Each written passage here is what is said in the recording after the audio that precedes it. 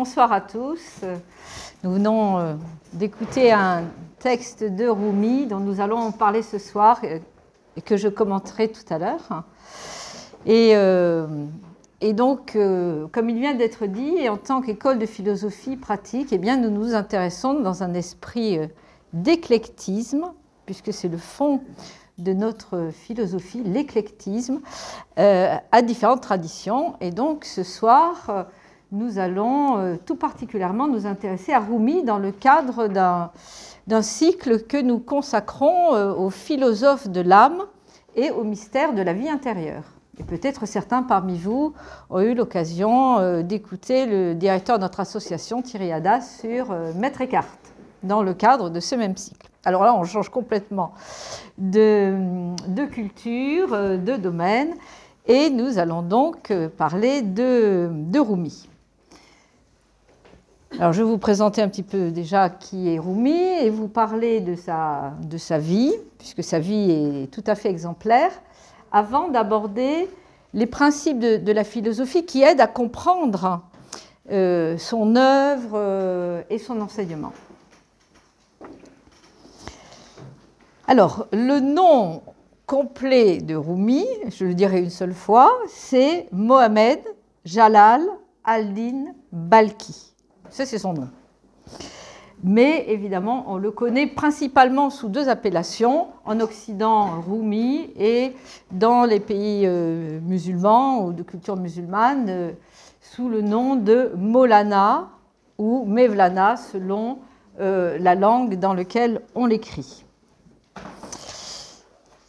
Alors, Rumi est une des figures les plus vénérées de l'islam, en tout cas une des figures du soufisme, de la démarche spirituelle les plus vénérées en islam, mais pas seulement dans l'islam.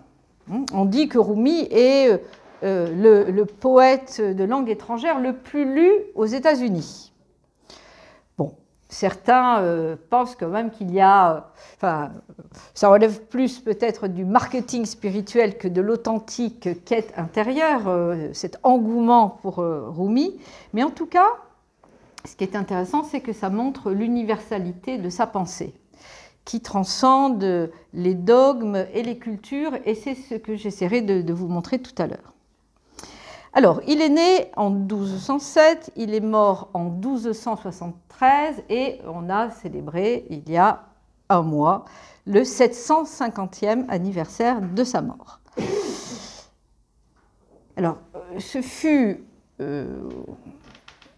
au départ de sa vie et aussi dans ses qualités propres, un juriste, un théologien et un érudit.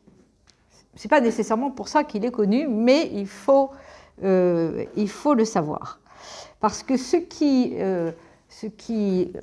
l'a rendu célèbre, si je peux employer cette expression, c'est surtout son œuvre poétique, mystique et l'enseignement qu'il va dispenser à travers cette œuvre. Cette œuvre est immense. Comme il a été dit tout à l'heure, j'ai écrit un petit fascicule sur Dante et la Divine Comédie. La Divine Comédie, c'est déjà assez consistant. L'œuvre de Rumi, c'est 120 000 vers. 120 000 vers, c'est 10 fois la Divine Comédie. Autant dire que c'est un auteur prolixe. Il n'a pas d'ailleurs écrit que des vers, puisqu'il a aussi écrit un traité en prose, dont je parlerai tout à l'heure, le livre du dedans, et on a aussi sa correspondance. Enfin, c'est une œuvre très abondante, dont seulement une toute petite partie est traduite en français. Parce que voilà, l'œuvre est immense. Donc les œuvres complètes de Rumi ne sont pas accessibles en français. Je ne lis pas le persan, l'écrivain persan, et donc seuls ceux qui ont accès à cette langue, ou bon, ça devait être traduit aussi, disons, peut-être en anglais. En anglais, il y a plus de choses qui sont traduites, et depuis plus longtemps. Alors, quelle est l'histoire de sa vie ? Puisque l'histoire de sa vie va illustrer, elle est exemplaire, va illustrer une partie de son enseignement. Donc, comme on l'a dit, il est né en 1207, il est né à Balkh, c'est pour ça que dans son nom, il y a Balkhi, Balkh, ça se trouve en Afghanistan, dans l'actuel Afghanistan. Et il est le fils d'un théologien et d'un maître soufi très réputé. Son père est très connu, il s'appelle Bahauddin Wad. Et il a déjà une très grande réputation et il va exercer évidemment sur son fils une grande influence. Mais quand Rumi a une dizaine d'années, une quinzaine d'années, ils sont obligés de quitter la ville natale parce qu'il y a l'arrivée des Mongols et qui vont dévaster tout sur leur passage, comme on sait, et ils vont se réfugier, après beaucoup de péripéties, à Konya, en Turquie, hein, dans l'Anatolie, qui est une province de la Turquie.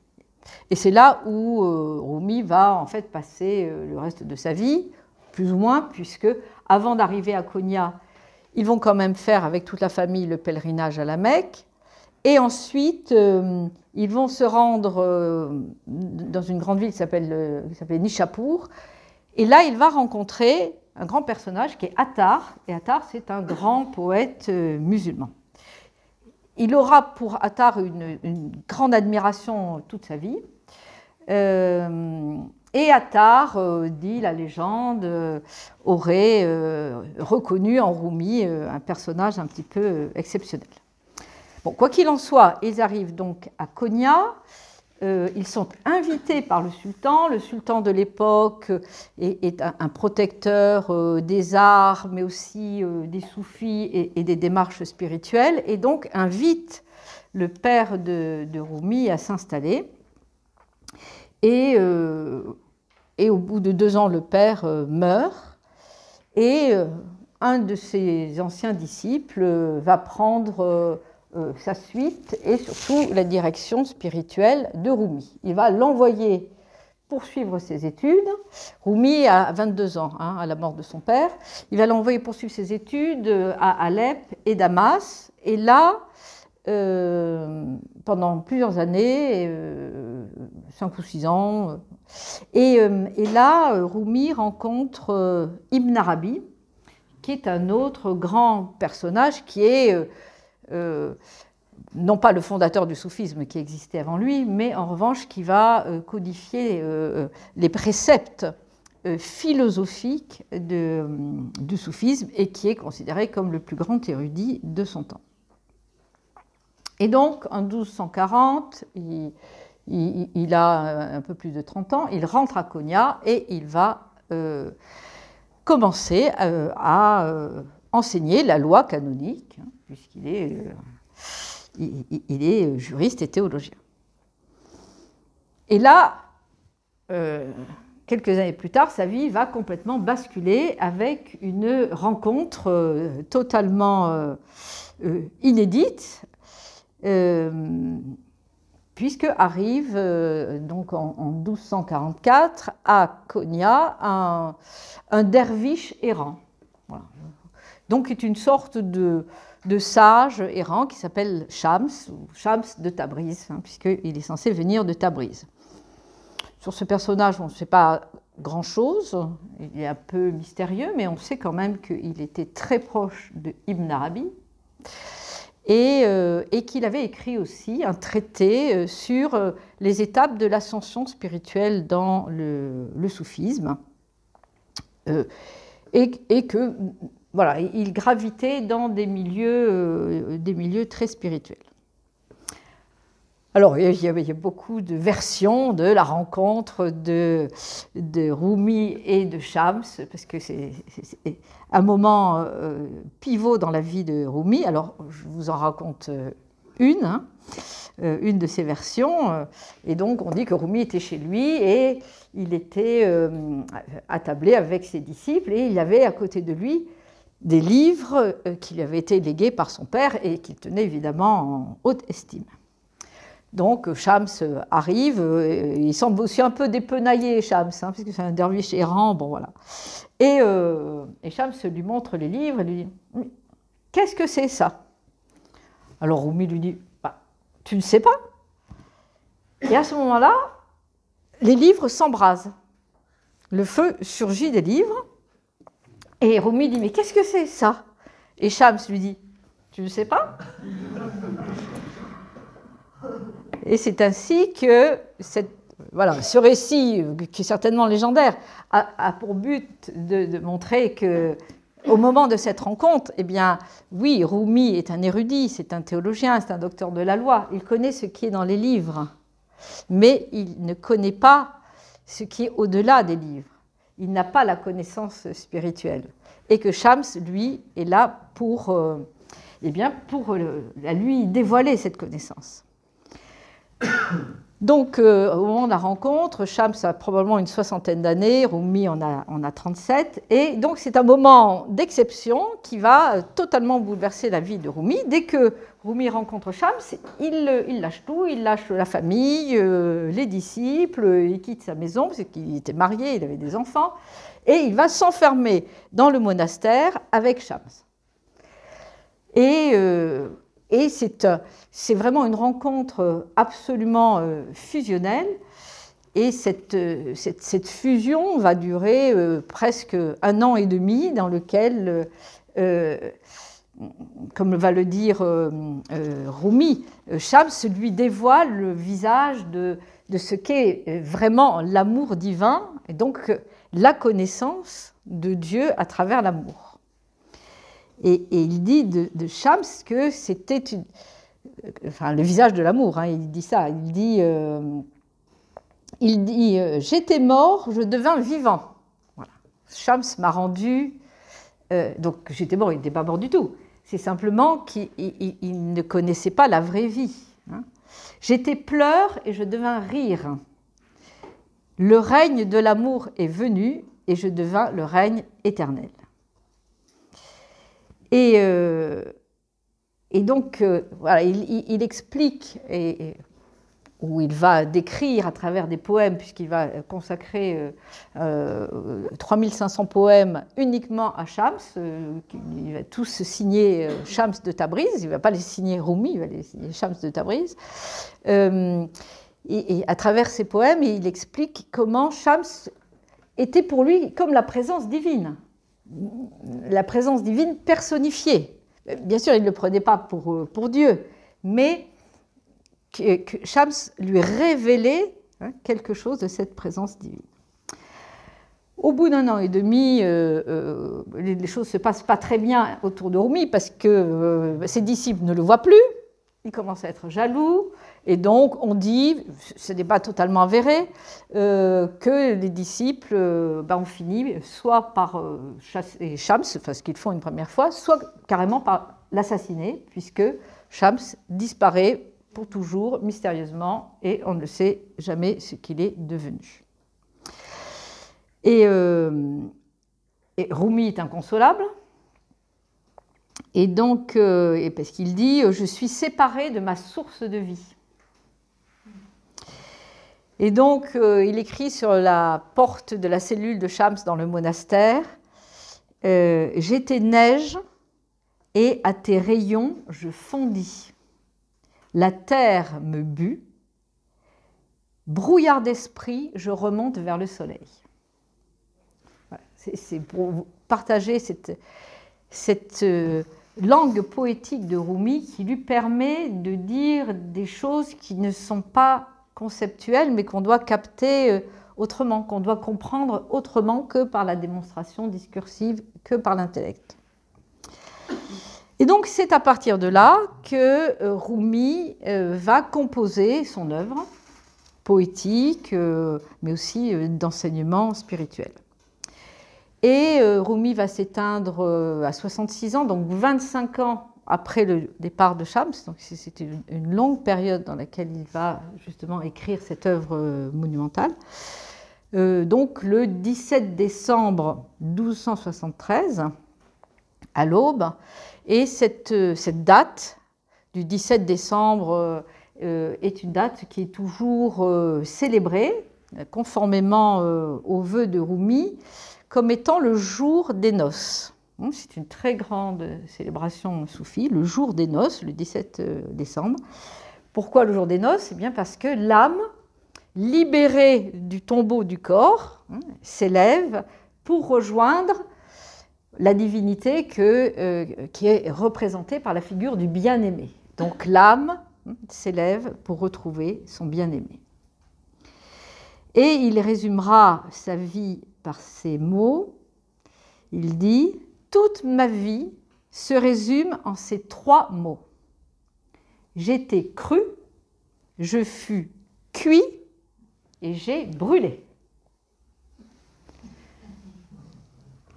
Comprenne qui pourra, mais je pense qu'on comprend bien, on ressent bien, et en même temps, c'est plein de mystères. Alors, on va essayer d'éclairer un petit peu tout ça. Mais si on peut dire ça à la fin de sa vie, je trouve que c'est assez intéressant. Son œuvre est très importante, je ne vais pas trop la détailler.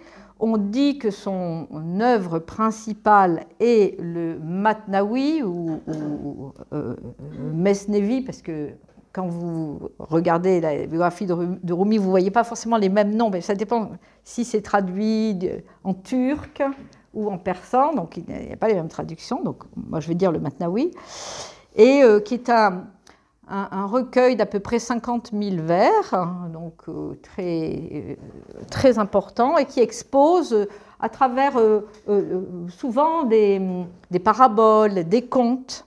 Il y a un petit ouvrage qui est extrait du Matnawi et qui est présenté comme le Mesnevi, qui s'appelle 150 contes soufis, mais en fait ce sont que des extraits des contes du Matnawi, et dans le Matnawi, il y a évidemment tous les commentaires de ces différents contes.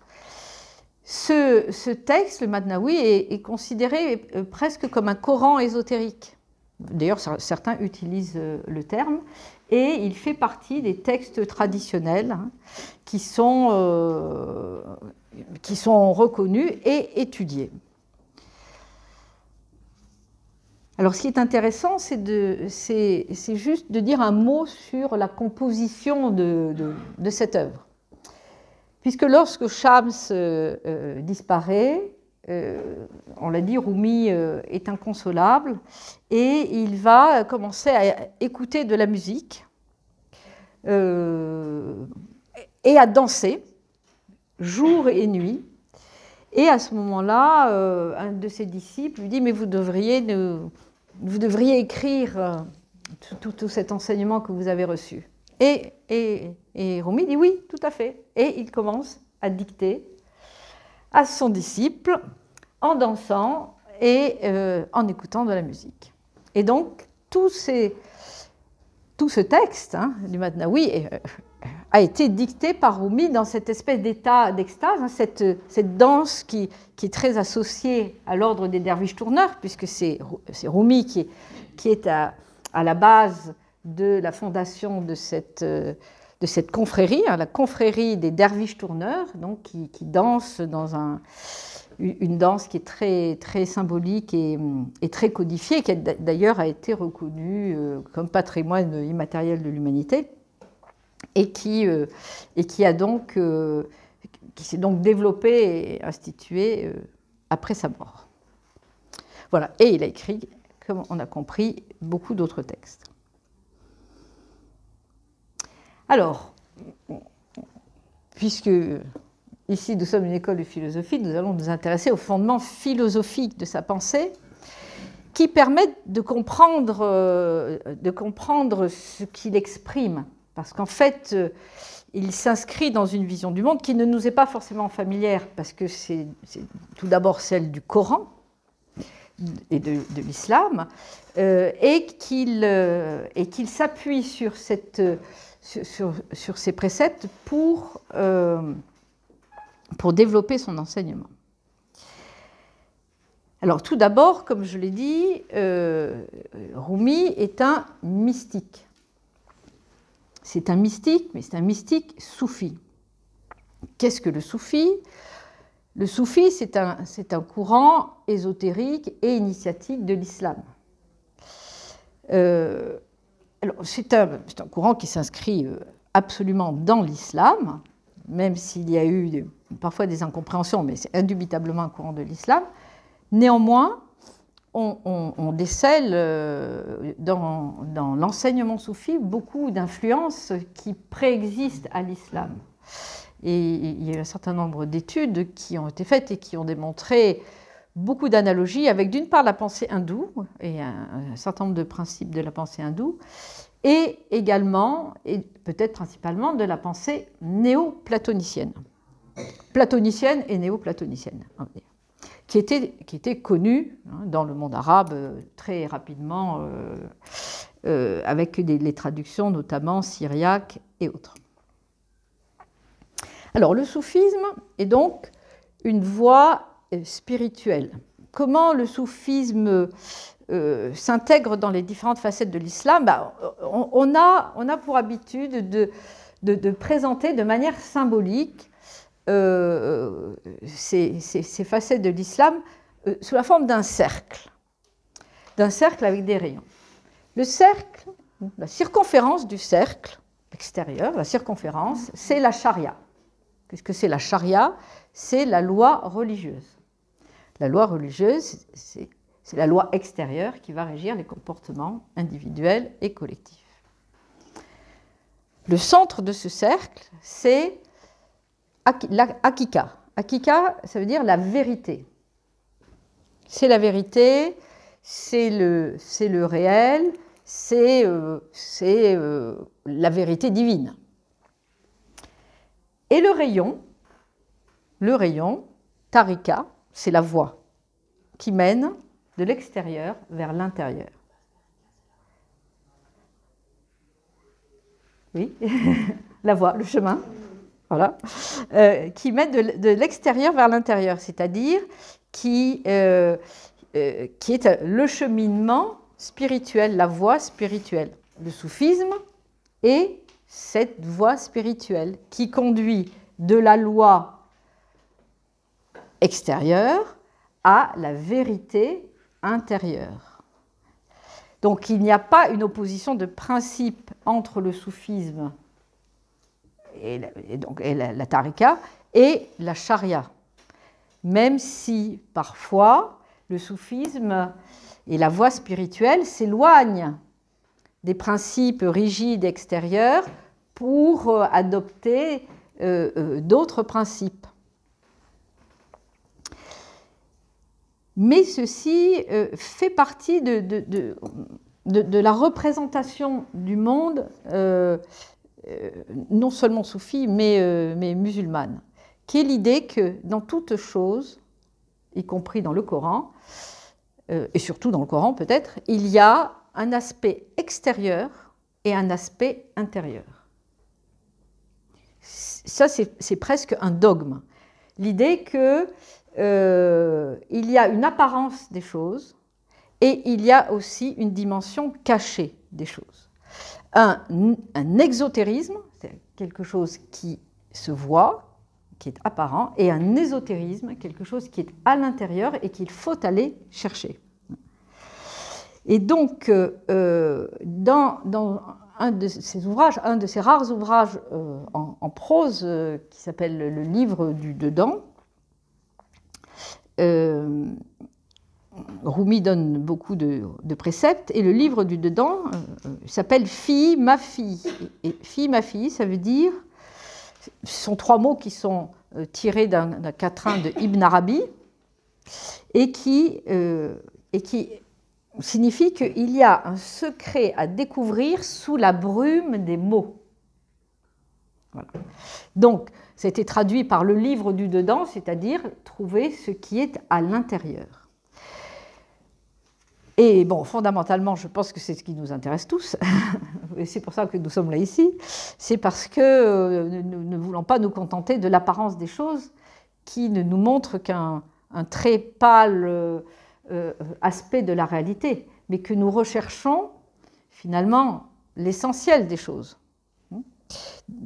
Que nous le recherchons d'autant plus que nous sommes dans une société qui nous présente le plus souvent l'apparence et ne nous parle jamais de l'essentiel. Alors Rumi dit « L'homme est un livre. En lui, toutes les choses sont écrites. Mais les obscurités ne lui permettent pas de lire cette science à l'intérieur de lui-même.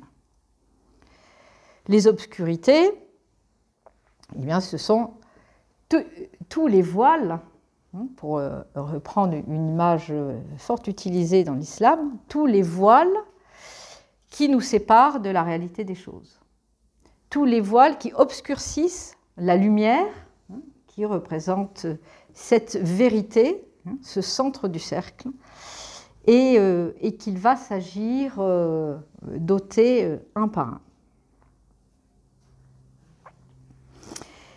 Et bon, il y a eu beaucoup de digressions sur le fait de savoir si Rumi était en accord ou non avec la charia. Il l'était évidemment, c'était, comme je l'ai expliqué, un théologien, un érudit, mais il explique le rôle de chacun. Il dit « La loi révélée, la charia, est comme une chandelle éclairant la route.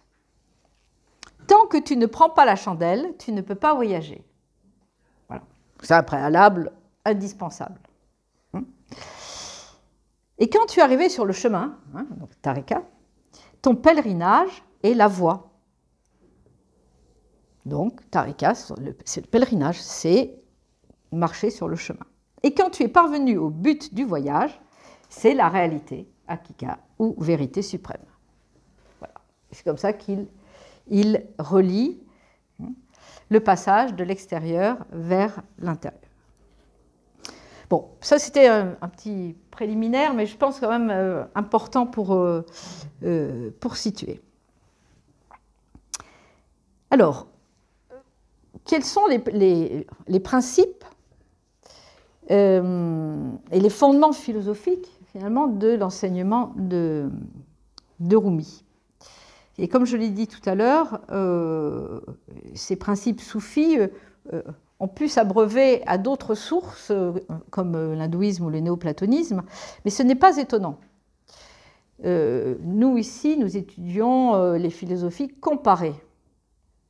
D'Orient, d'Occident, du Nord, du Sud, nous étudions les philosophies comparées. Pourquoi? Parce que ce qui est intéressant, c'est de comprendre que derrière les grandes sagesses, derrière les grandes traditions, il y a un fond commun, il y a des préceptes communs, ce qu'on appelle en termes savants la philosophia perennis, c'est la philosophie de toujours, c'est-à-dire celle qu'on va retrouver partout. Et donc il n'est pas étonnant que plus on s'élève dans une démarche spirituelle ou plus on approfondit une démarche, plus les enseignements se rejoignent. Donc on va trouver des choses dans l'enseignement de Rumi connues par ailleurs. Alors le point numéro 1, le fondement de tout et qui explique l'ensemble de la démarche de Rumi, c'est le principe de Dieu comme une unité. Je ne vais pas rentrer dans les détails très métaphysiques de quelle est la spécificité de pourquoi Dieu est une unité. Mais le principe, Dieu est un. Dieu est un et il est donc tout. Donc il ne saurait rien y avoir en dehors de Dieu. Ça, c'est le fondement de l'islam, pas seulement d'ailleurs du soufisme. D'accord ?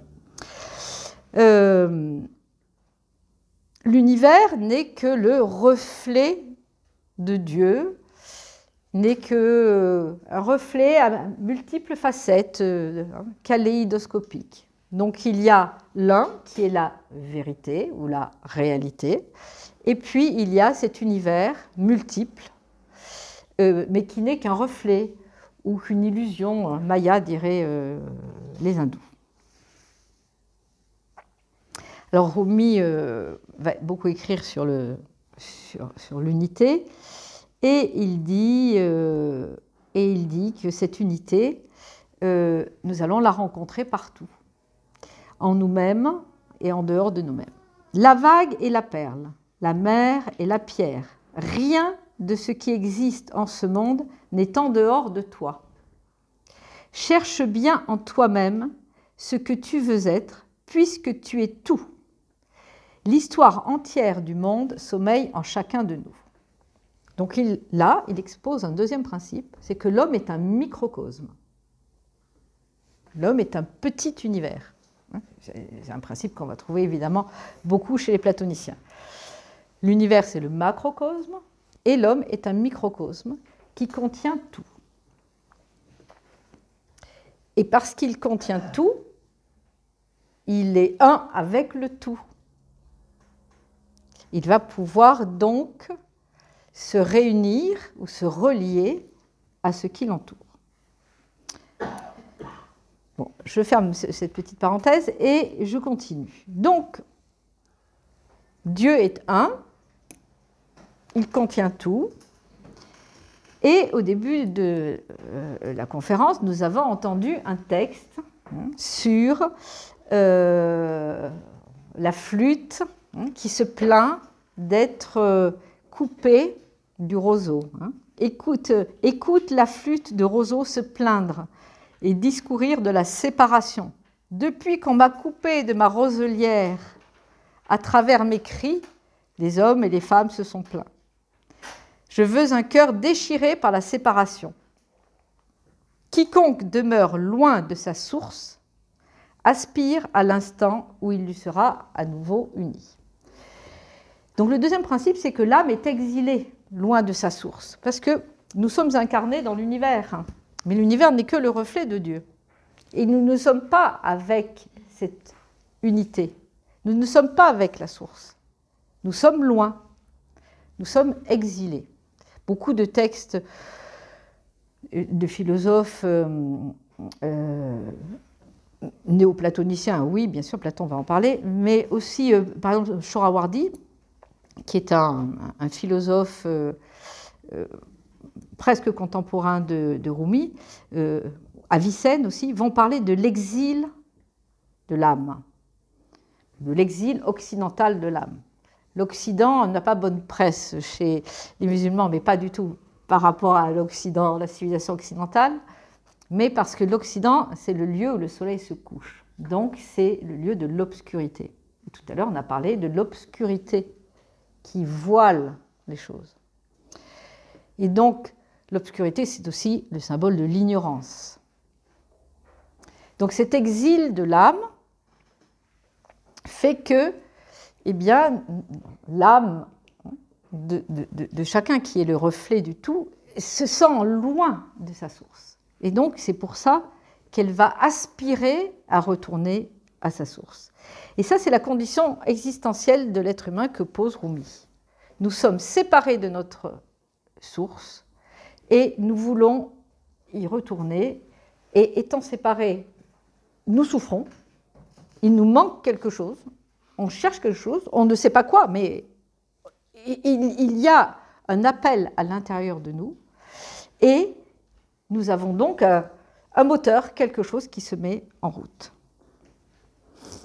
Il dit « Ce qui est de la mer va vers la mer. Cela retourne au même endroit d'où cela est venu. » Donc il s'agit d'un retour à la source, de revenir de là d'où on vient. Et c'est un autre concept que l'on trouve dans différentes philosophies, qui est l'éternel retour. Voilà. Le retour à l'origine.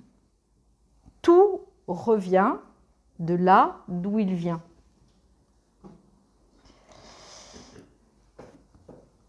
Et c'est le sens, finalement, de l'existence vue de ce point de vue, qui est de revenir, que le futur est notre passé, si vous voulez. Nous revenons là d'où nous venons. Et après, il y a beaucoup de considérations. Et donc, Rumi dit, ce toi, toi-même, théoi, qui à la fin est conscient de s'évader du monde de l'illusion. C'est-à-dire, on revient à la source, mais conscient de quelque chose, pas comme on était avant. Ce toi, qui à la fin est conscient de s'évader du monde de l'illusion, ton dernier toi revient à ton premier toi réel. Bon, évidemment, c'est un peu dense. Les phrases de Rumi, il faudrait faire une exégèse un petit peu plus détaillée. Mais bon, j'ai tellement envie de vous partager ça que voilà, je vous les donne. Et puis après, si ça fonctionne bien, on mettra la conférence sur YouTube, vous pourrez la réécouter. Voilà. Alors, comment fait-on pour revenir à la source, en fait, pour retrouver sa complétude, puisqu'on se sent incomplet? Eh bien, il faut s'élever. Alors, il y a bien sûr l'image de l'échelle, mais surtout donc, ce chemin qui s'élève des ténèbres occidentales vers la lumière orientale. Et Rumi précise que l'homme s'élève en lui-même, en partant de l'extérieur, qui sont les ténèbres, vers l'intérieur, qui est l'univers des lumières. Bon, là, on ne peut pas être plus clair. Donc, en gros, ce qu'il dit, c'est le monde des apparences et le monde de l'ignorance. C'est le monde des ténèbres. Ce qu'on voit, en fait, nous cache la véritable réalité. Et il faut convertir son regard, c'est-à-dire ne plus regarder vers l'extérieur, mais se retourner, la métanoïa, dirait Platon, se retourner vers l'intérieur pour commencer à découvrir la véritable réalité. Bon, moi je pense qu'aujourd'hui, il serait considéré révolutionnaire, Rumi. Je pense qu'il est révolutionnaire. Et je pense aussi que la philosophie est révolutionnaire, parce qu'elle dit exactement tout l'inverse de ce que dit et fait notre société de consommation. C'est pour ça qu'on a besoin de la philosophie. Petite page de publicité, mais pas pour Nouvelle Acropole, pour la philosophie de manière générale. Je pense qu'on en a besoin. Ce n'est pas simplement pour se cultiver intellectuellement, pour connaître des choses.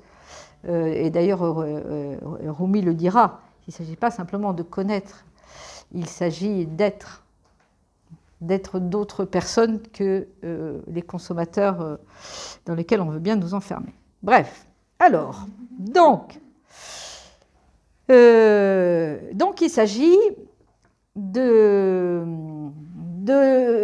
parcourir cette échelle ou cette ascension, mais qui n'est pas le fait d'augmenter nos qualités ou de devenir plus grand et meilleur. Non. Il dit, cette ascension n'est pas comparable à l'ascension d'un homme vers la Lune. Bon, à l'époque, on n'y était pas, mais voilà, n'est pas comparable à l'ascension d'un homme vers la Lune, mais à l'ascension de la canne à sucre jusqu'au sucre. Donc, il s'agit d'une transmutation et pas d'une augmentation de ce qu'on est. Mais la transmutation n'est pas la transformation. La transformation, on est ce qu'on est, mais peut-être on peut devenir plus gros. Plus grand, c'est assez rare, mais on peut devenir plus gros ou plus maigre. D'accord ? On change de forme. Mais la transmutation, on change de nature. Et c'est ça, la canne à sucre qui devient sucre, elle change de nature. Donc, évidemment, ce thème de la naissance spirituelle va être central dans l'œuvre de Rumi, et son fils va faire une biographie non pas une biographie de son père, mais plutôt des commentaires de ce qu'il a entendu de son père, et voilà ce qu'il écrit sur ce que dit Rumi. L'être humain doit naître deux fois, une fois de la mère et une autre fois de son propre corps et de sa propre existence. Le corps est comme un œuf. L'essence de l'homme doit devenir dans cet œuf un oiseau, grâce à la chaleur de l'amour.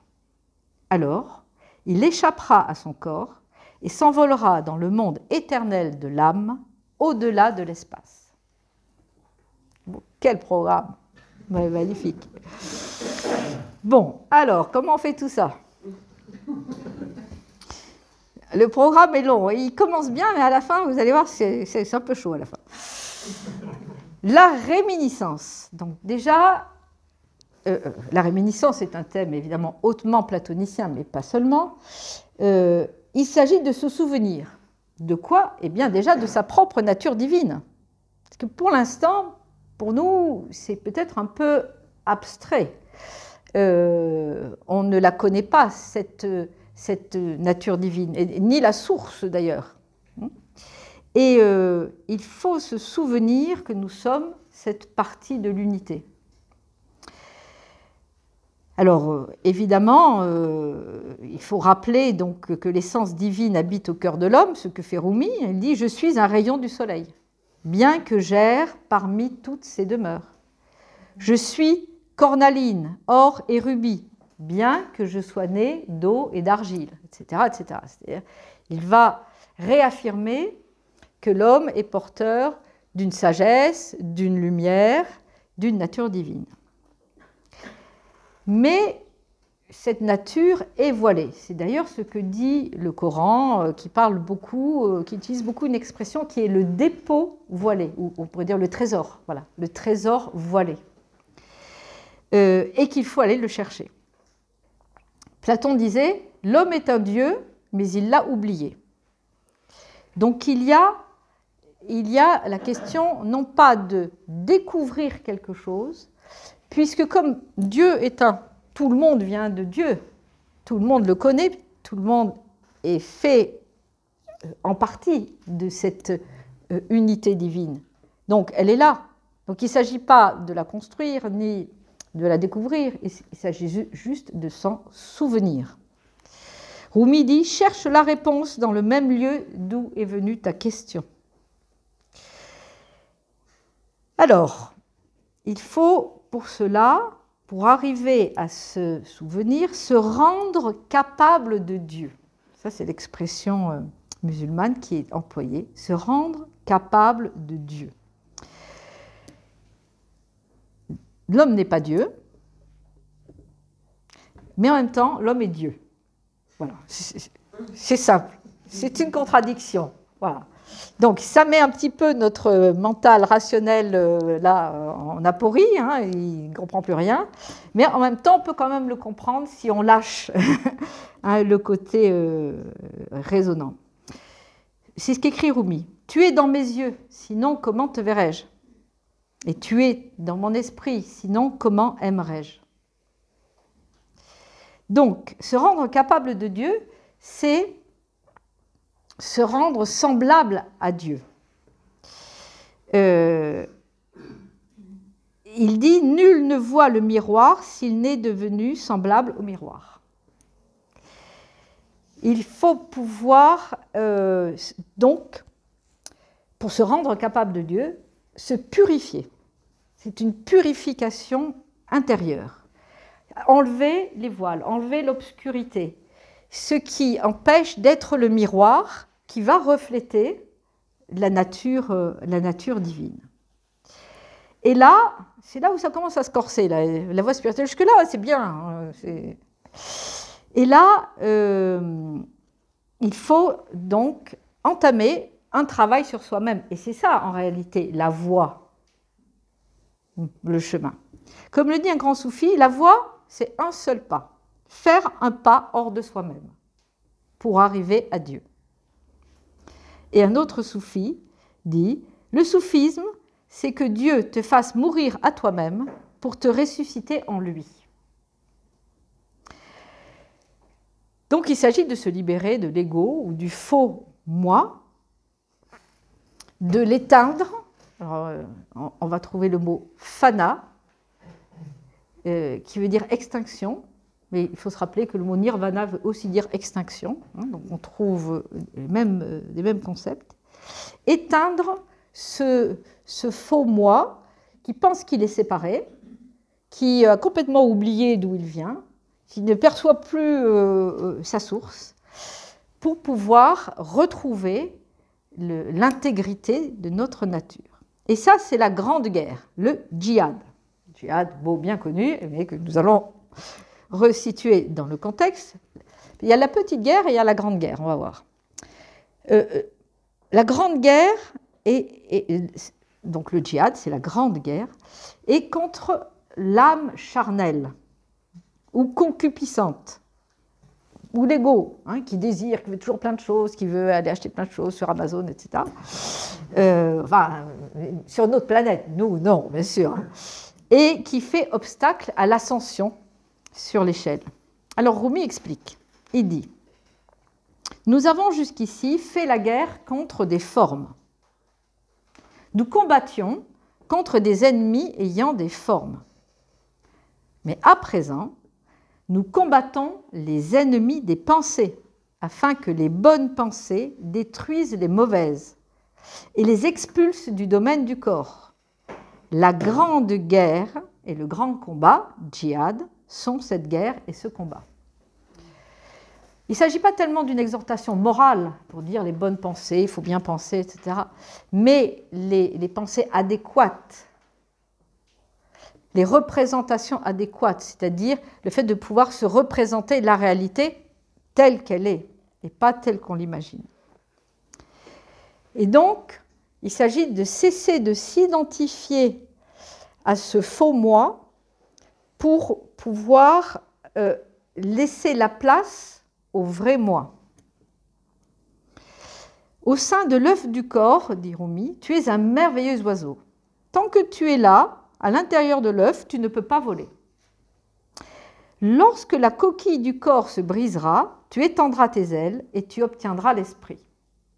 Alors, il ne veut absolument pas dire qu'il faut se suicider. Il n'était absolument pas pour le suicide. C'est une image, d'accord ? C'est-à-dire, la conscience qui est à l'intérieur du corps, elle vit à travers les sensations. Et donc, elle dit, j'ai froid, j'ai faim, j'ai envie de faire ceci. Mais en fait, le jeu, c'est un faux moi, c'est juste le corps qui a froid, ou qui a faim, ou qui a mal. Parce que quelquefois, je ne sais pas si ça vous est arrivé, mais moi, ça m'arrive souvent, c'est quelquefois, j'ai mal à la tête, ou j'ai mal aux dents, mais après, je lis un livre très intéressant, où je fais un travail qui m'absorbe, où je regarde un film passionnant, et j'ai plus mal. Et après, c'est fini, je dis, ah, zut, j'ai mal. Donc, c'est le corps qui a mal. Et donc, si on parvient à extraire notre conscience de nos sensations, on peut accéder à un autre niveau de réalité.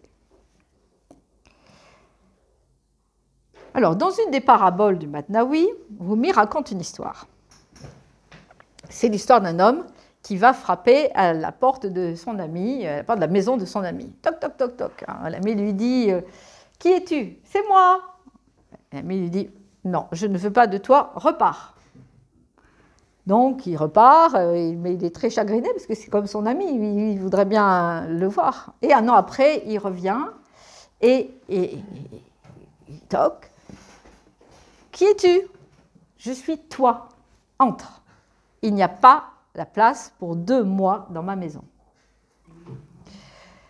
Cette histoire est très connue et elle est très intéressante parce que Rumi va beaucoup insister sur la question en disant que tant qu'on se considère comme un moi séparé, il y a moi et les autres, moi et le supérieur, je suis un individu, bien que nous avons une très grande considération pour le mot individu qui représente pour Platon l'homme réalisé, mais disons l'individualisme aujourd'hui, moi et puis les autres.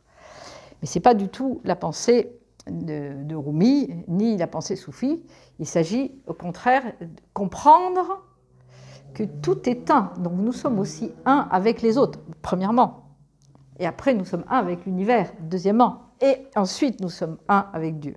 Il y a quand même un petit peu des étapes. Donc, Rumi dit, la rose dit, tant qu'il y a toi avec moi, n'espère rien de moi. Dans un autre texte, il dit, tant que tu auras un moi, on ne te laissera pas rentrer. Quand tu seras annihilé, on te gardera comme la prunelle des yeux. Il dit aussi, dans la présence de Dieu, 2 je ne peuvent être contenus. Et après, il explique qu'il y en a un des 2 qui doit mourir. Mais comme Dieu ne peut pas mourir, vous avez compris la suite. Je dis c'est un peu chaud à la fin, mais c'est ça, c'est la voie spirituelle. Donc, il faut pouvoir faire la place en soi.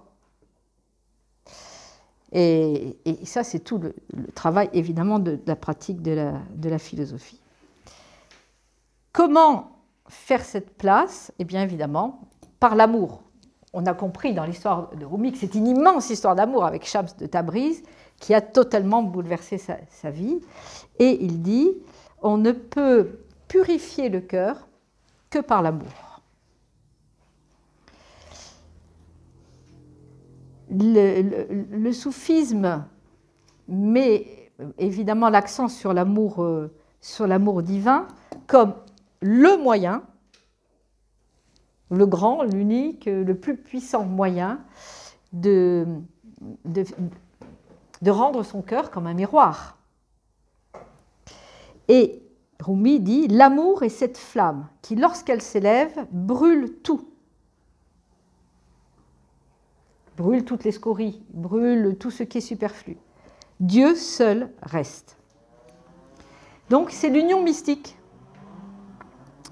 L'union mystique qui va révéler que l'amant et l'aimé ne sont en réalité qu'un. Et donc l'amant et l'aimé, ce sont voilà, disons, deux figures qui vont représenter celui qui cherche Dieu, l'amant, et l'aimé ou le bien-aimé, Dieu. Et Rumi dit, les vrais amants ne finissent pas par se rencontrer quelque part, parce que chacun abrite l'autre dans son cœur depuis le début.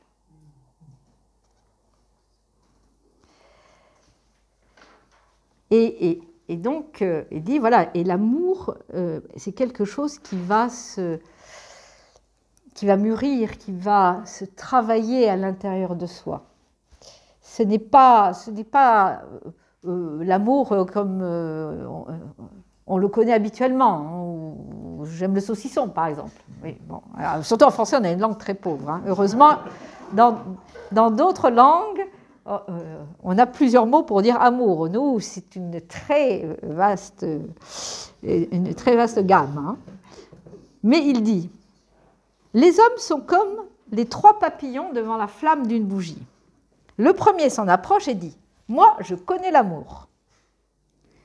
Le deuxième vient effleurer la flamme de ses ailes et dit, moi, je connais la brûlure de l'amour. Et le troisième se jette au cœur de la flamme et se consume. Lui seul connaît le véritable amour. Donc, c'est l'amour avec un grand A, un A très, très majuscule. Et donc, il va décrire un petit peu la voie, je terminerai avec ça. Pour parvenir au véritable amour, il dit, bien sûr, il faut se dépouiller. Ta tâche n'est pas de chercher l'amour, mais simplement de chercher et trouver tous les obstacles que tu as construits contre l'amour.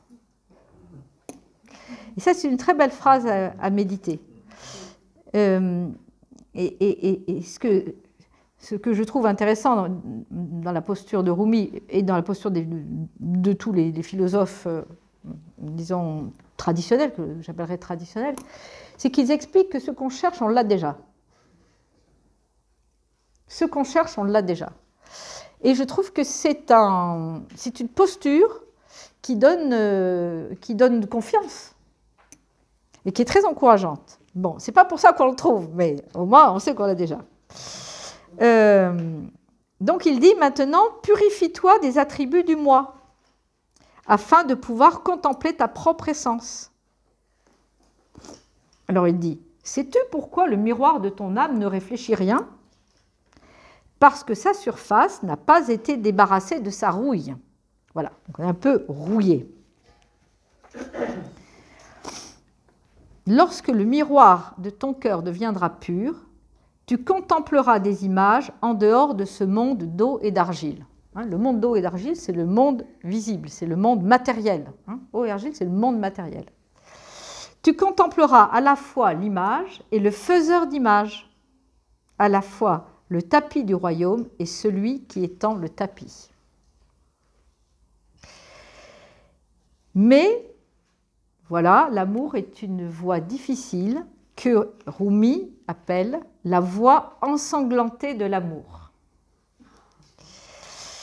Et d'ailleurs, Attar, le poète qu'il aimait beaucoup, qui est un très grand poète, affirme que l'univers de l'amour n'a que 3 chemins, le feu, les larmes et le sang.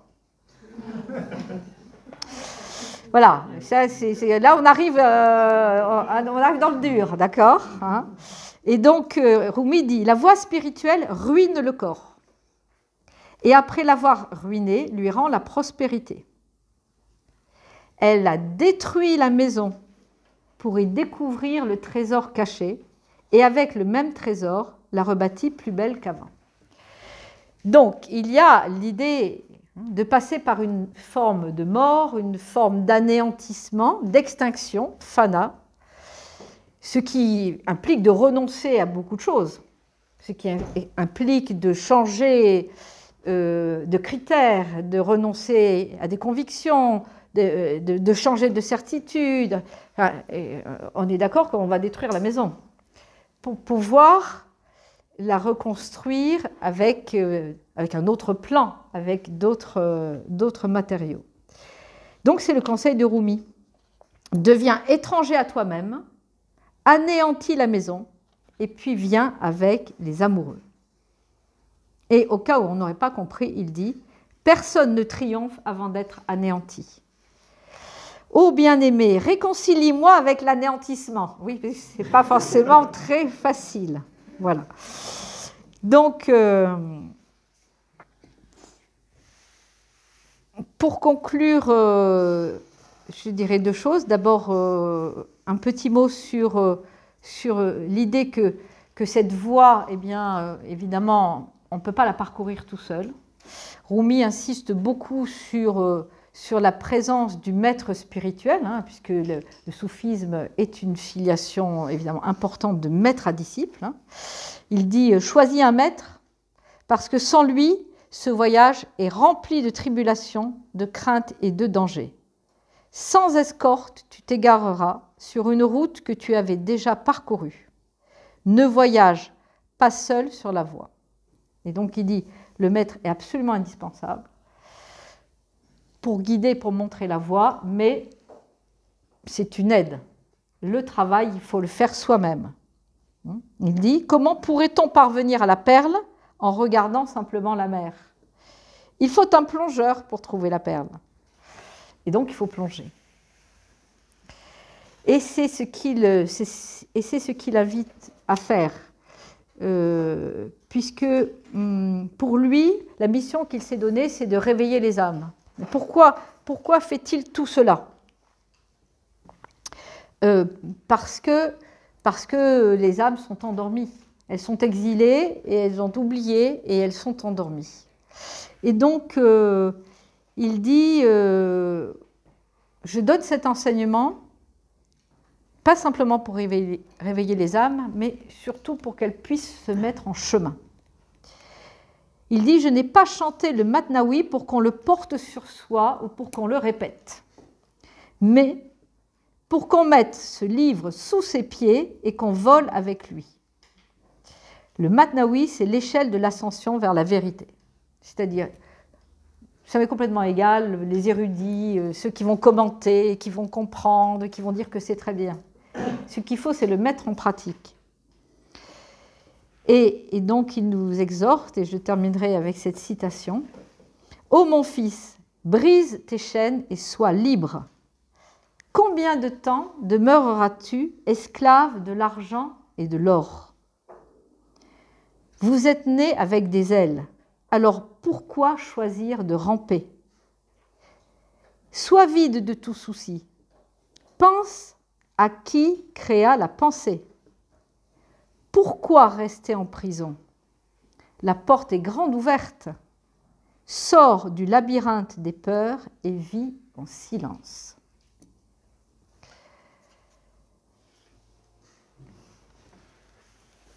Sur ces mots, je vous remercie de votre attention et si vous avez des questions, je tenterai d'y répondre.